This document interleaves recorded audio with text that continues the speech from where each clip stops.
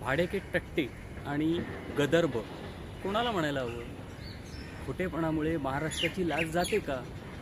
या व असल्या प्रश्नांची उत्तरं आपली आपणच शोधायला हवी। महाराष्ट्रात विधानसभा निवडणुकीपूर्वी लाडकी बहीण योजना आणली। रेवडीला बेंबीच्या दैठापासून विरोध करणारे आता याला काय म्हणतात हा वेगळा प्रश्न।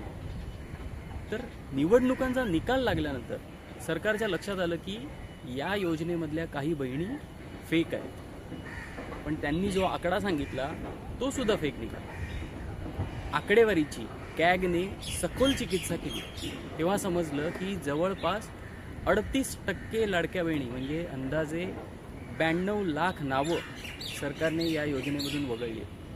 सुरुवातीला 2,43,00,000 महिला या लाडक्या बहिणी होत्या, तो आकडा आता 1.5 कोटी एवढाच उरला आहे। कारण काय? तर काहींनी KYC केली नाही, काहींचं उत्पन्न जास्त होतं, काही सरकारी कर्मचारी होते आणि जवळपास 29,000 तर पुरुष होते। या नंतर वगळलेल्या नावांना आतापर्यंत अंदाजे 14,000 कोटींचं वाटप झालंय असा अंदाज आहे आणि याशिवाय अंदाजे 3,541 कोटी अधिकचे खर्च झाले आणि त्याचा नीट हिशोब नाही असा सुद्धा आरोप आहे। आता जर का या सर्वांना पक्षाच्या निधीमधून पैसे वाटप केले असते तर ती केवळ आचारसंहिता याचा भंग समजण्यात आला असता, पण किमान आपण म्हणू शकलो असतो की पैसे आपल्या खिशातून तर गेले नाहीत। हे पैसे सरकारने खर्च केलेत म्हणजे आपण भरत असलेल्या करामधून। मग फक्त पैसे वाटप थांबवून कसं चालेल? ते पैसे परत वसुली करणार कोण?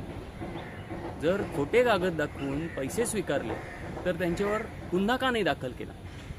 आणि कागदपत्र तपासणी करणारे सुद्धा यात सामील आहेत असा त्याचा अर्थ होत नाही का?